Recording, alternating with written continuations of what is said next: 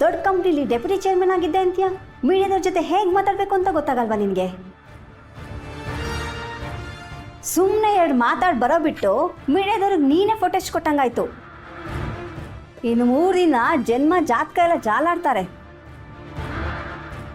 ನಿಮ್ಮಂಥವ್ರಿಗೆಲ್ಲ ಬುದ್ಧಿ ಹಂಗಾಯ್ತು. ನನ್ನ ಕರ್ಮ. ಹೋಗಿ ಕುತ್ಕೋ.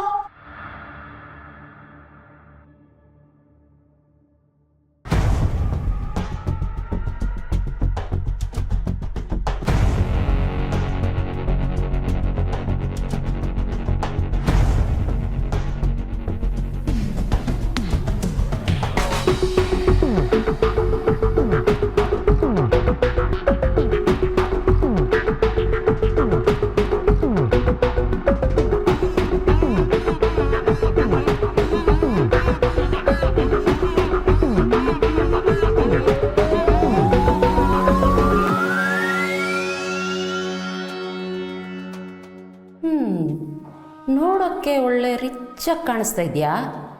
ಏನು ತಪ್ಪು ಮಾಡಿದ್ಯಾ?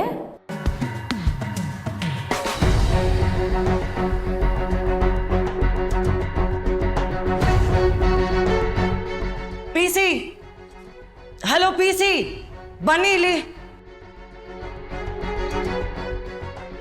ಏಯ್, ಏನ್ ಪಿ ಸಿ ಅಂತ ಕರಿತೀಯಲ್ಲ? ಮರ್ಯಾದೆ ಮರ್ಯಾದೆ ಇರ್ಲಿ.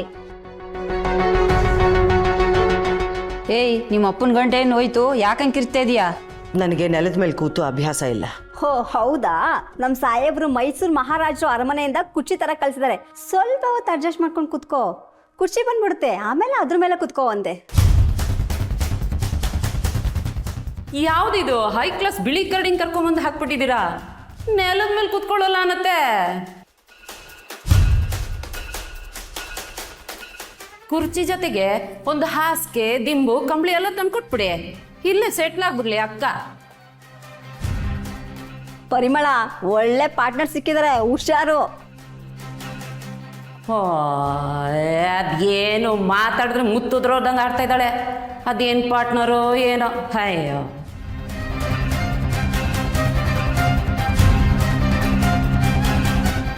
ಓಯ್, ನನ್ನ ಹೆಸರು ಪರಿಮಳ.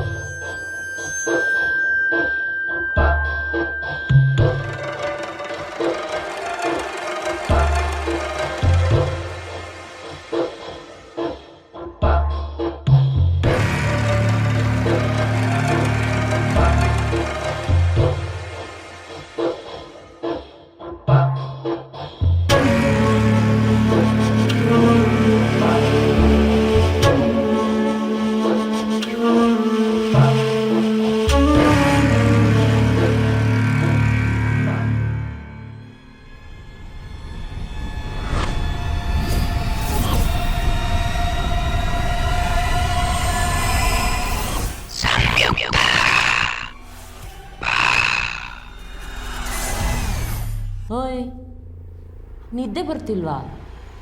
ಲಾಲಿ ಹಾಡಬೇಕಾದಿದೆಯಾ?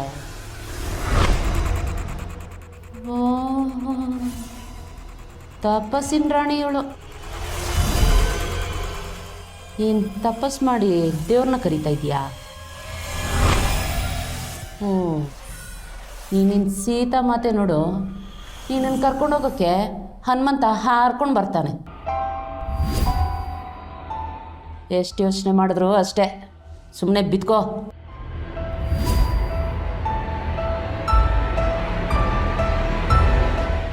ಏನಪ್ಪ ಇವಳು ಅಲ್ಲಾಡ್ತಾನೆ ಇಲ್ಲ? ಏನು ಕುಂತಲ್ಲೇ ಸದ್ಗಿತ್ತದ್ಲ ಇವಳು?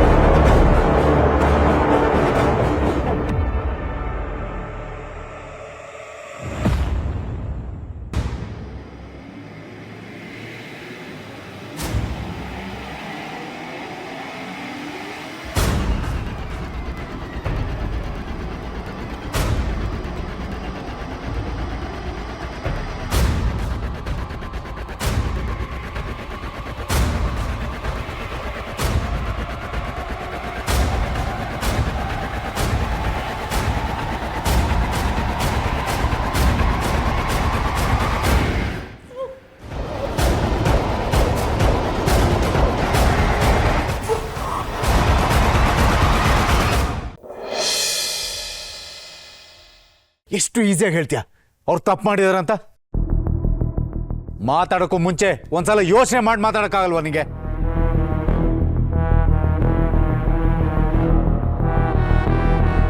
ನೀನ್ ಮಾತಾಡ್ತಿರೋ ರೀತಿ ನೋಡಿದ್ರೆ ಖಂಡಿತವಾಗ್ಲೂ ನೀನ್ ಸಂಯುಕ್ತ ಅತ್ತೆನ ಅರ್ಥನೇ ಮಾಡ್ಕೊಂಡಿಲ್ಲ.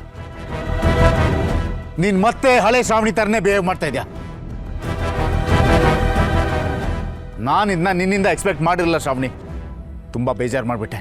ಅಕಸ್ಮಾತ್ ಅಂತ ಹೇಳ್ದೆ ಹೊತ್ತು ಕನ್ಫರ್ಮ್ ಅಂತ ಹೇಳಿಲ್ಲ ಅಲ್ವಾ? ನನಗೆ ಗೊತ್ತಿಲ್ವಾ ಅವ್ರೇನು ಅಂತ? ನನಗೆ ಗೊತ್ತಿಲ್ವಾ ನೀನು ಅವ್ರನ್ನ ಎಷ್ಟು ಇಷ್ಟಪಡ್ತೀಯ ಅಂತ? ನಾನು ಈ ರೀತಿ ಎಲ್ಲ ಮಾತಾಡಿ ನಿನಗೆ ಬೇಜಾರು ಮಾಡ್ತೀನಿ ಅಂತ ಹೇಗೆ ಅನ್ಕೊಂಡೆ ಅಭಿ? ನಿನಗೆ ಬೇಜಾರಾಗಿದ್ರೆ I am sorry Abhi. Shravani, ಇದೆಲ್ಲ ನನ್ನ ಕಾಂಪಿಟೇಟರ್ಸ್ ಮಾಡ್ತಿರೋ ಅನಾಚಾರ ಕೆಲಸ. ಯಾವನೋ ಗೋವಿಂದರಾಜು ಅನ್ನೋನ ಮುಂದೆ ಇಟ್ಕೊಂಡು ಅತ್ತೆ ಕಳಕಾರ ಆಗಲಿ ಅಂತ ಇದನ್ನೆಲ್ಲ ಮಾಡ್ತಿರೋದು. ಯಾಕಂದ್ರೆ ಕೆಲಸದ ವಿಚಾರದಲ್ಲಿ ಅತ್ತೆ ತುಂಬಾ ಸ್ಟ್ರಾಂಗ್ ಆಗಿದ್ದಾರೆ. She strategizes everything so well. ಈಗ ಅದನ್ನೇ ಅಡ್ವಾಂಟೇಜ್ ಆಗಿ ತಗೊಂಡು ಅವ್ರ ಮೇಲೆ ಕಂಪ್ಲೇಂಟ್ ರಿಜಿಸ್ಟರ್ ಮಾಡಿದ್ದಾರೆ. ಆ ಗೋವಿಂದರಾಜು ಅಲ್ಲ, ಅವನ ಅದು ಯಾರೇ ಬರಲಿ, ನಾನು ಅವ್ರನ್ನ ಸುಮ್ಮನೆ ಬಿಡಲ್ಲ. ಅತ್ತೆನೇನು ಮಾಡೋಕ್ಕಾಗಲ್ಲ.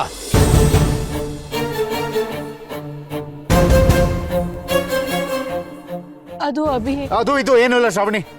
ನಂಗೆ ಅತ್ತೆ ಮೇಲೆ ಕಾನ್ಫಿಡೆನ್ಸ್ ಇದೆ. Please try to understand. ಅವ್ರ ಈ ಕೆಲಸದಲ್ಲಿ ಇನ್ವಾಲ್ವ್ ಆಗಿರೋಕ್ಕೆ ಸಾಧ್ಯನೇ ಇಲ್ಲ. ಅದ್ರ ಅವಶ್ಯಕತೆನೂ ಅವ್ರಿಗಿಲ್ಲ.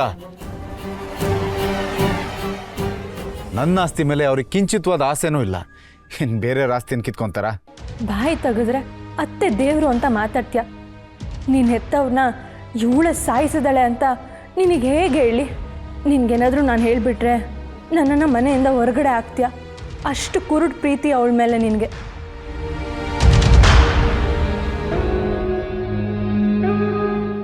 ಸರಿ, ನೀನೇನು ಹೊರಡು. ನೀನಿಲ್ಲಿರೋದು ಬೇಡ.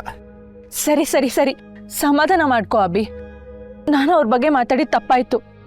ಸಂಯುಕ್ತ ಅಮ್ಮ ಆದಷ್ಟು ಬೇಗ ಮನೆಗೆ ಬರಲಿ ಅಂತ ನಾನು ಆಸೆ ಪಡ್ತೀನಿ. ಸರಿ, ನಾಳೆ ಬೆಳಗ್ಗೆ ಬಂದು ಬೇಲ್ ಬಗ್ಗೆ ವಿಚಾರಿಸುವಂತೆ. ಬಾ, ಮನೆಗೆ ಹೊರಡೋಣ. ಶ್ರಾವಣಿ, ನಾನು ನಿನಗೆ ಎಷ್ಟು ಸಲ ಹೇಳಿ, ನಾನು ಮನೆಗೆ ಬರ್ತಾ ಇಲ್ಲ. ನೀನು ಇಲ್ಲಿಂದ ಹೊರಡು.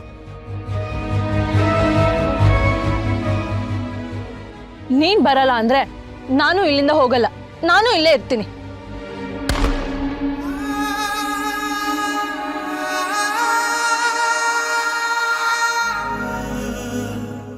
ಆಯ್ತು ಬಾ ಅಬ್ಬಿ, ಚಳಿ ಇದೆ. ಅಟ್ಲೀಸ್ಟ್ ಕಾರಲ್ಲಾದ್ರೂ ಕುತ್ಕೊಳ್ಳೋಣ. ಬಾ ಅಂತ ಹೇಳಿದ್ನಲ್ಲ, ಚಳಿ ಆಗ್ತಿದೆ ಅಬ್ಬಿ. ಬಾ ಅಂದ್ರೆ ಬರ್ಬೇಕು. Shravani, what you doing? Please ಬಾ ಅಬ್ಬಿ, ಕುತ್ಕೋ.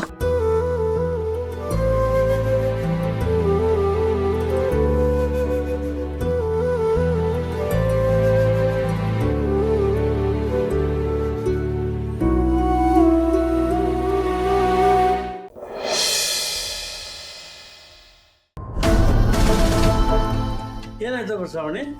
ಅಭಿ ಫೋನ್ ಬ್ಯುಸಿ ಬರ್ತಿದೆ. ಎಲ್ಲಿದ್ದಾರೆ ಅಂತಾನೆ ಗೊತ್ತಾಗ್ತಿಲ್ಲ. ಡ್ಯಾಡ್, ಚಿಕ್ಕಿ ಮಾಮ್ ವಿಷಯ ಗೊತ್ತಾಯ್ತಾ? ಏನಾಯ್ತು? ಈಗಷ್ಟೇ ಅಭಿ ಜೊತೆ ಮಾತಾಡಿದೆ. ಅಕ್ಕನ್ಗೆ ಬೇಲ್ ಸಿಕ್ಕಿದೆ.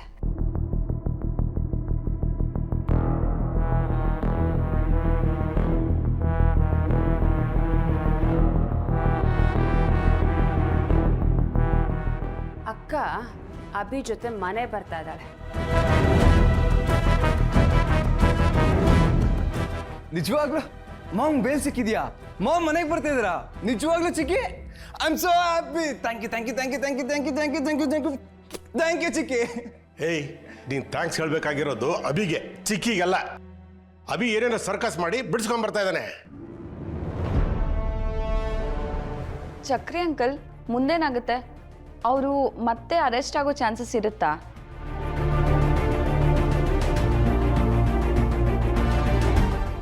ಕೋರ್ಟಿಗೆ ಹೋಗ್ಬೇಕಾಗುತ್ತಾ? ಈ ಕೇಸ್ ಮುಂದುವರಿಯುತ್ತಾ ಅಂಕಲ್? ಅದೆಲ್ಲ ನನಗೆ ಗೊತ್ತಿಲ್ಲಮ್ಮ. ಒಟ್ಟಲ್ಲಿ ಅಭಿ ಇದನ್ನು ಮುಂದುವರ್ಸೋಕ್ಕೆ ಬಿಡೋಲ್ಲ ಅಂತ ಕಾಣಿಸುತ್ತೆ.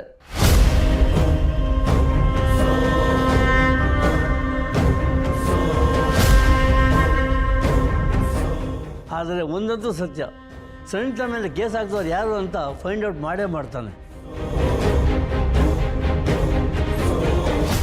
ಮಾಡ್ಲಿ, ಅವಳು ಯಾರು ಅಂತ ಗೊತ್ತಾಗ್ಲಿ.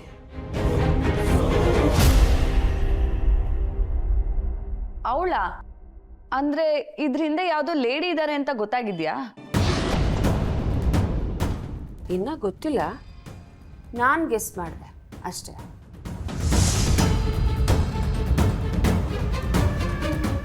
ಅಲ್ಲ, ದೊಡ್ಡಮ್ಮ ಈಗ ಕಲ್ಪ್ರಿಟ್ ಅಲ್ವಾ? ಏಯ್, ನಿನಗೇನು ತಲೆ ಕೆಟ್ಟಿದ್ದೇನೆ? ಏನೇ ಮಾತಾಡ್ತಿದ್ಯಾ? ನಮ್ಮ ಅಕ್ಕನ್ನೇ ಕಲ್ಪ್ರೇಟ್ ಅಂತ್ಯ, ನಾಲ್ಗೆ ಸಿಗದಾಕ್ಬಿಡ್ತೀನಿ. ಕಲ್ಪ್ರಿಟ್ ಅಲ್ವಾ ಅಂತ ಕೇಳ್ದೆ ಅಷ್ಟೇ. ಆ ಪದ ಇನ್ನೊಂದ್ಸಲ ಯೂಸ್ ಮಾಡಬೇಡ.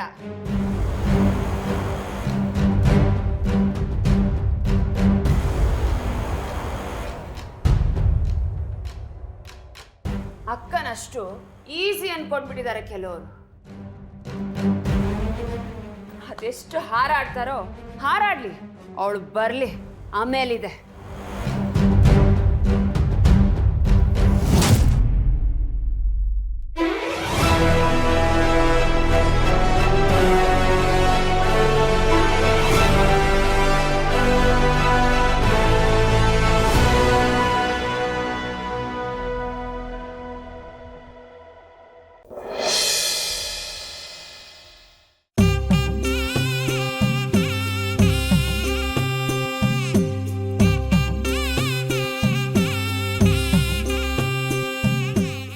शुक्लांबरधरं विष्णुं शशिवर्णं चतुर्भुजं प्रसन्नवदनं ध्यायेत् सर्वविघ्नोपशान्तये.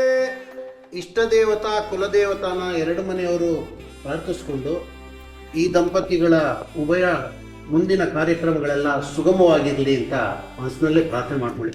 ತಾನೇ ನಾನೇ ನಾನೇ ನಾನೇ ತಾನೇ ನಾನೇ ನಾನೇ ನಾನೇ ತಾನೇ ನಾನೇ ನಾನೇ ನಾನೇ ತಾನೇ ನಾನೇ ನಾನೇ ನಾನೇ.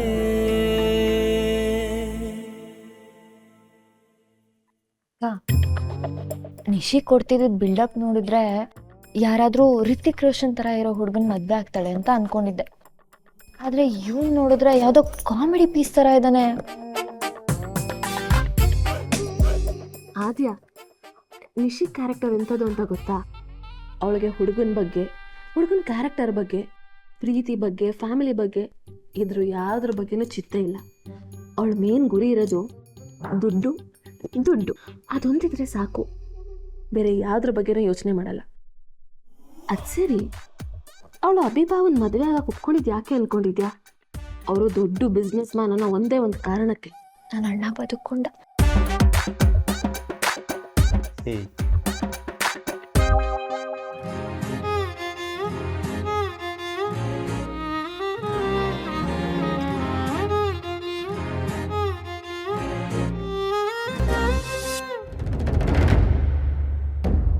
ಸ್ವಲ್ಪ ಆರಾಮವಾಗಿರಿ. ಯಾಕೆ ಇಷ್ಟೊಂದು ಗಂಭೀರವಾಗಿದ್ದೀರಾ? ಆರಾಮಾಗಿಲ್ದೆ ಇನ್ನು ಹೇಗಿದ್ದೀನಿ ನಾನು? ನಡೀತಿರೋದು ಮಗಳು ಎಂಗೇಜ್ಮೆಂಟು. ಅದಕ್ಕೆ ಬಂದಿರೋರ ಮುಂದೆ ಭರತನಾಟ್ಯ ಮಾಡಿ ಅವ್ರನ್ನೆಲ್ಲ ರಂಜಿಸ್ಬೇಕಾ? ರೀ, ಮುಖದಲ್ಲಿ ಸ್ವಲ್ಪ ನಗು ಇಟ್ಕೊಳ್ಳಿ ಅಂತ ಹೇಳ್ದೆಪ್ಪ. ನಿಶ್ಚಿತಾರ್ಥದ ಖುಷಿ ಕಾಣಿಸ್ಬೇಕಾಗಿರೋದು ಮುಖದಲ್ಲ, ಮನಸ್ಸಲ್ಲಿ. ಅರ್ಥ ಆಯ್ತು ರೀ, ಆದರೂ ಮುಖದಲ್ಲಿ ಸ್ವಲ್ಪ ನಗು ಇಟ್ಕೊಳ್ಳಿ, ನೋಡಿದವರು ಡೌಟ್ ಪಡಲ್ವಾ? ಒಂದು ಕೆಲಸ ಮಾಡ್ತೀನಿ, ಹೋಗಿ ನಿನ್ನಾಗೆ ಮೇಕಪ್ ಮಾಡ್ಕೊಂಡು ಬರ್ತೀನಿ, ಆಗ ಮುಖ ಕಳ್ಕಳಿಯಾಗಿ ಕಾಣ್ಸುತ್ತೆ, ಸರಿನಾ? ರೀ ಆಯ್ತು ಬಿಡು, ಕೊಸರಾಡ್ಬೇಡ, ನಗ್ತೀನಿ.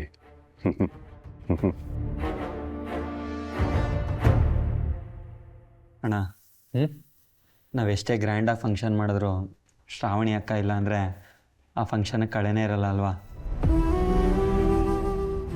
ಈಗ ಹೇಳ್ತೀನಿ ಅಂತ ಬೇಜಾರು ಮಾಡ್ಕೊಬೇಡ, ಅಕ್ಕ ಬರಬೇಕಾಗಿತ್ತು. ಅಮ್ಮಯ್ಯ, ನಾನೇನು ಮಾಡಲಿ ಹೇಳು? ಕೆಲವೊಂದು ಸತಿ ಮಾತಾಡಬೇಕು ಅಂತ ಅನ್ಸಿದ್ರು ಮಾತಾಡೋದಕ್ಕಾಗಲ್ಲ, ಫೀಲ್ ಆದರೂ ಫೀಲ್ ಮಾಡ್ಕೊಳ್ಳೋದಕ್ಕೂ ಆಗಲ್ಲ. ಅರ್ಥ ಆಯಿತು ಅಣ್ಣ.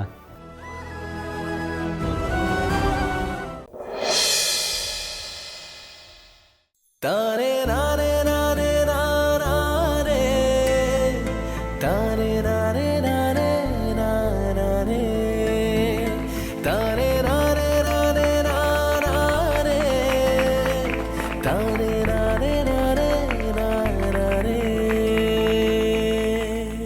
ಖುಷಿ ಹ್ಯಾಪಿನಾ? I am so happy Puru. Thank you so much.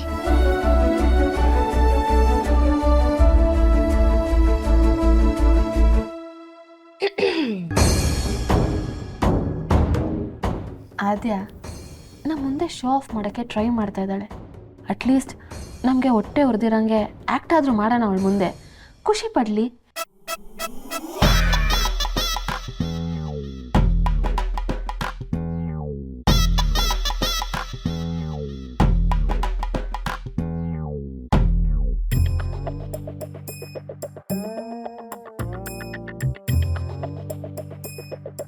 ಖುಷಿ ಇದ್ರ ಬಿಲ್ಲು ಕಾರಲ್ಲಿದೆ, ಆಮೇಲೆ ಕೊಡ್ತೀನಿ. ಓಕೆ ಪುರೋಹಿತ್ರೆ, ಮದುವೆ ಡೇಟ್ ಒಂದು ಹೇಳಿ ಅರೇಂಜ್ ಮಾಡ್ಕೊಳ್ಳೋಣ.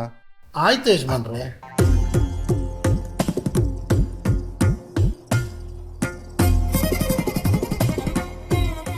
ಮುಂದಿನ ವಾರನೇ ಮದುವೆ ಇಟ್ಕೋಬಹುದು.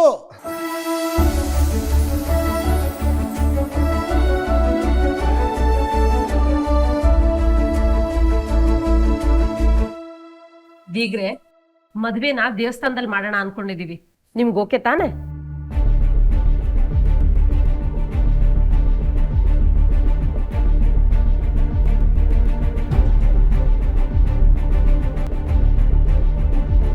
ಖಂಡಿತ ಓಕೆ ಇಲ್ಲ ಆಂಟಿ.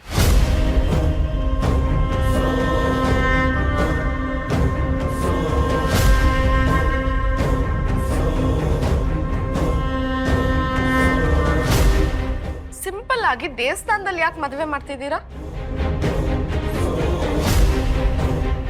ಮದುವೆ ಡೆಫಿನೆಟ್ಲಿ ಒಂದು ಕನ್ವೆನ್ಷನ್ ಸೆಂಟರ್ ಅಲ್ಲಿ AC ಹಾಲ್ನಲ್ಲೇ ಆಗ್ಬೇಕು.